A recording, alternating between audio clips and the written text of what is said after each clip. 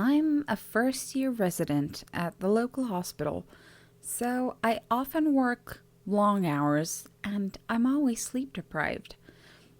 I do make decent money, if not nearly as much as a licensed doctor, but on account of student loans, I live in a crappy apartment. The bedroom of this apartment is tiny, and the only spot for my dresser is immediately to the right of the entrance. It's just a bit too long for the space, so the door only opens halfway before it starts pressing against the corner of the dresser, and it makes an awful splintering noise when you've gone too far. This happened often enough for my first month here that I've already left some big dimples in the wood. Outside, the bathroom is down the hall on the left, the living room on the right.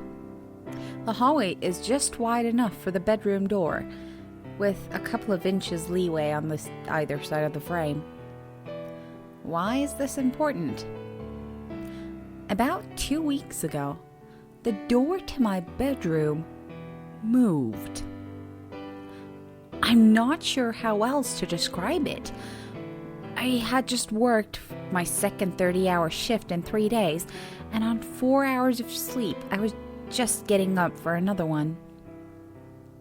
When I pulled open the bedroom door, something struck me as off, and it took me a minute to realize what it was. The door had opened completely. I looked to see what had happened, discovering that while my dresser was still flush against both walls, there was an extra inch of space between the dresser and the door. I shrugged, chalked it up to some fluke of the apartment walls, and proceeded down the hall to shower before heading to work. When I got home 30 hours later, exhausted and desperate for sleep, the door was pushing against the dresser, same as always.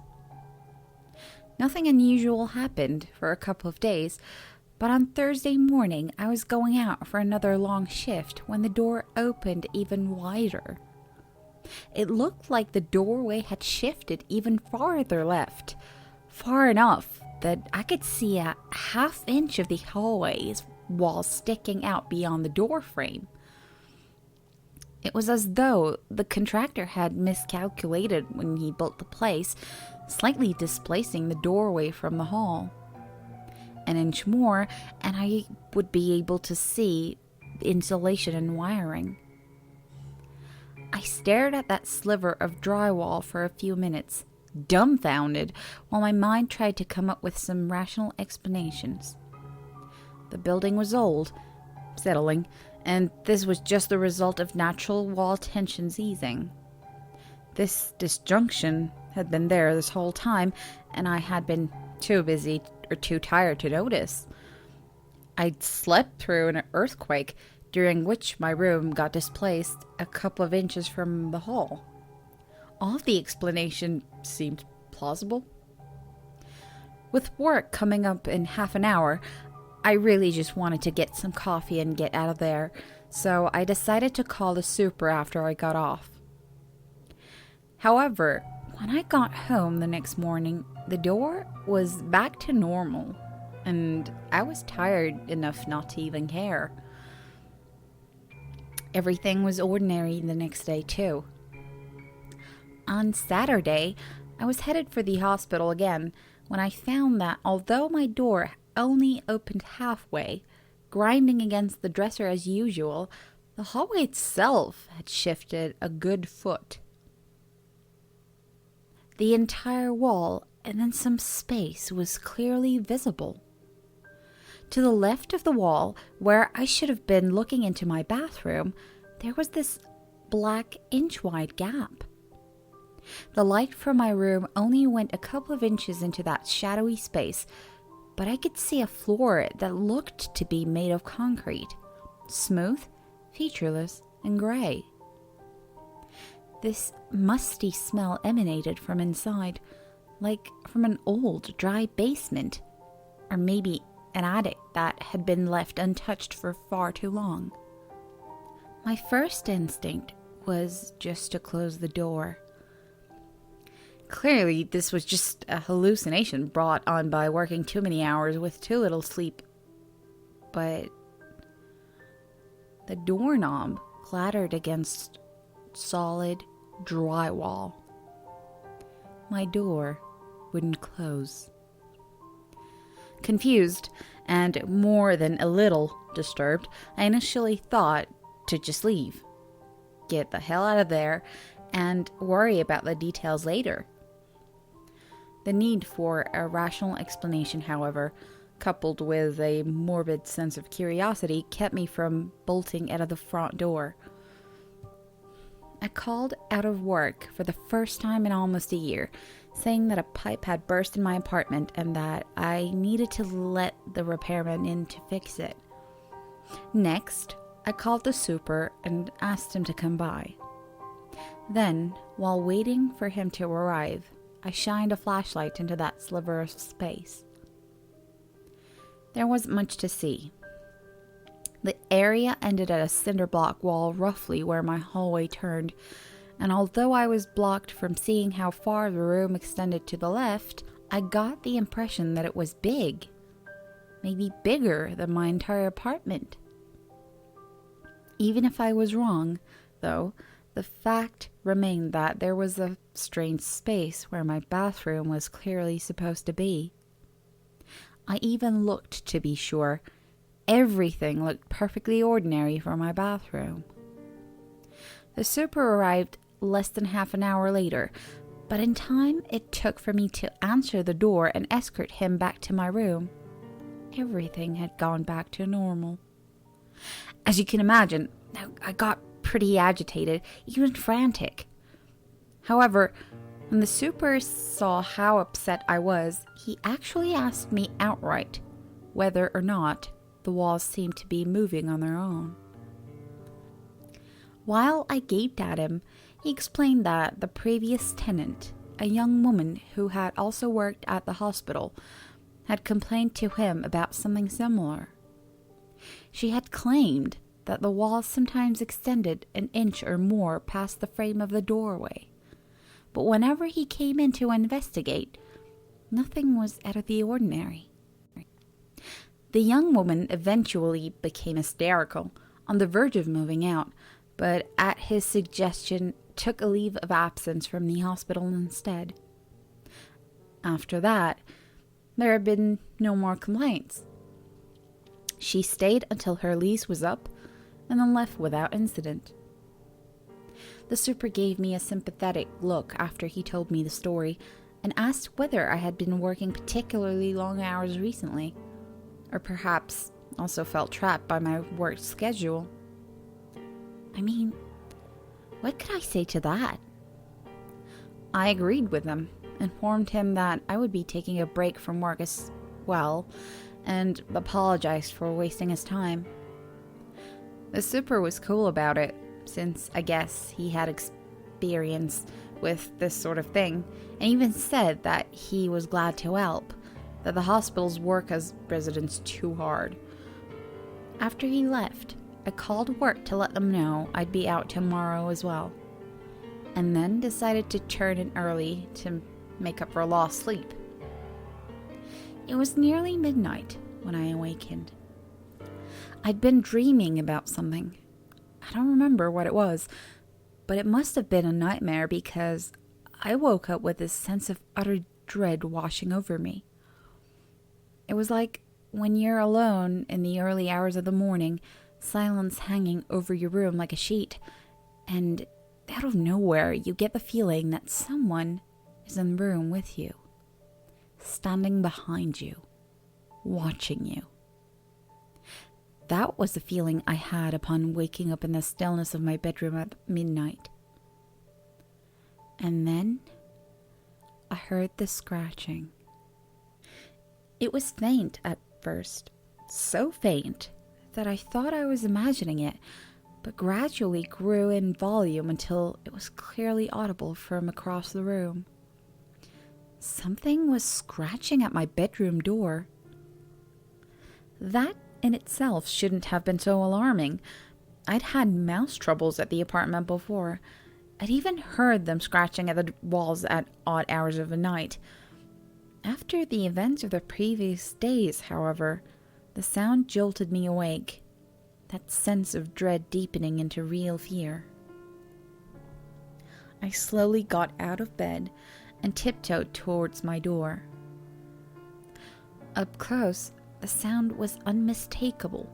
The scratching was coming from the bottom of the other side. Well, mouse or not, I reached over and, quietly as I could, locked the door.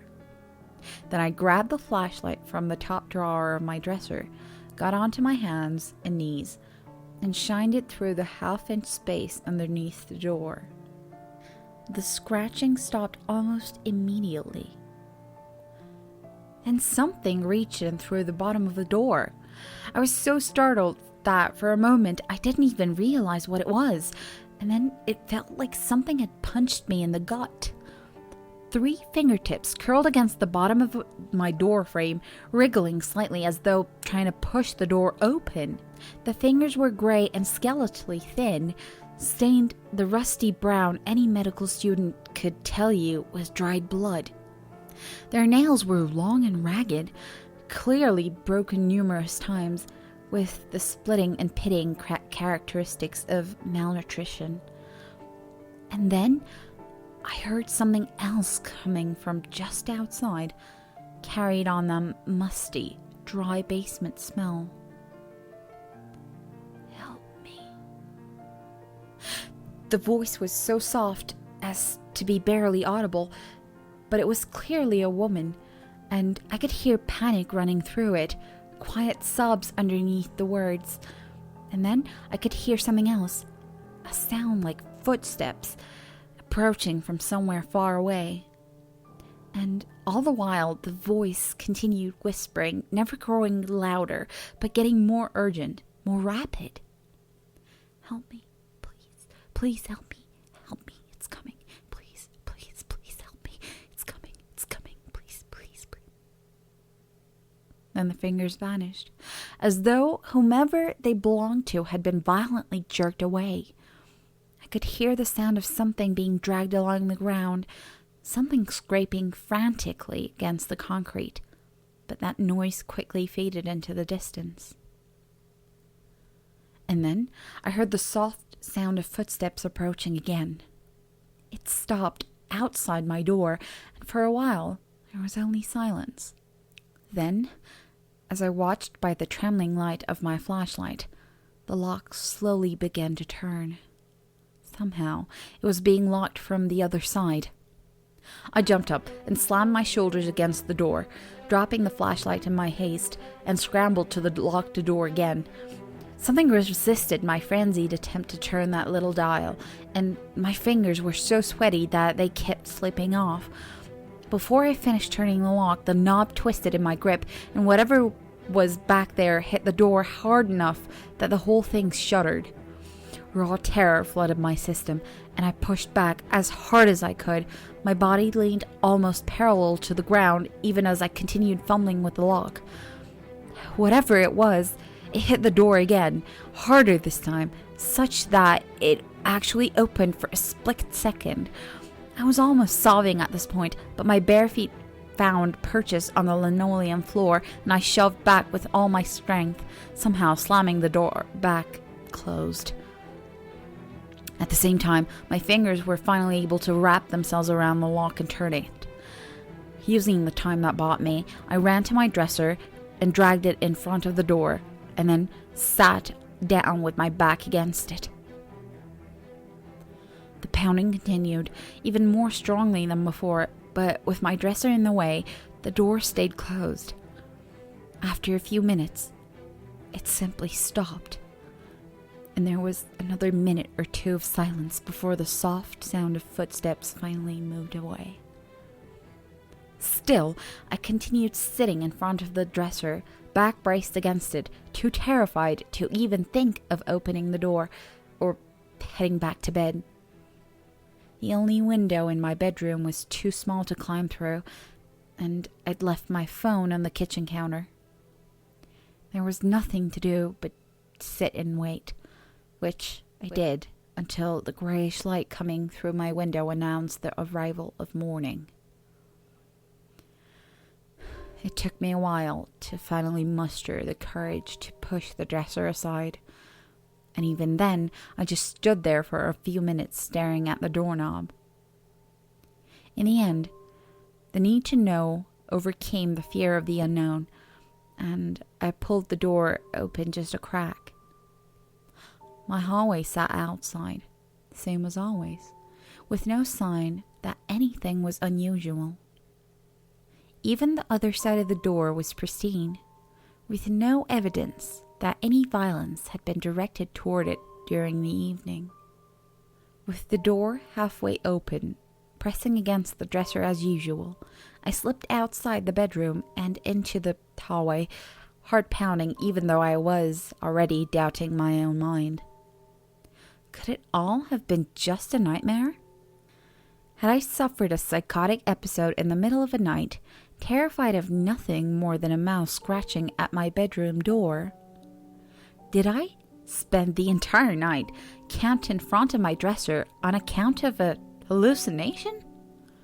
As I stood there doubting, I let my bedroom door close behind me, my nostrils filled with that dusty basement smell. I ran. I took off into the hallway, practically clawing against the wall as I dashed for the living room and tore the front door open when I got there. Just before I launched myself outside, I heard the splintering noise of my bedroom door pressing against the back corner of my dresser. It's been over a week. I haven't gone back. Not for my things, my clothes, nothing. I'm crashing on a friend's living room couch instead. He brings me takeout when he comes from work. I extended my leave of absence from hospital, citing a death in the family. I tried finding the woman that used to live in my apartment. The previous tenant had also complained about the moving walls, but her address forwarding had long since expired. Searching for her by name turned up no results, not on any social networking site, nor search engine, nor people finder. The super didn't know any of her friends or family.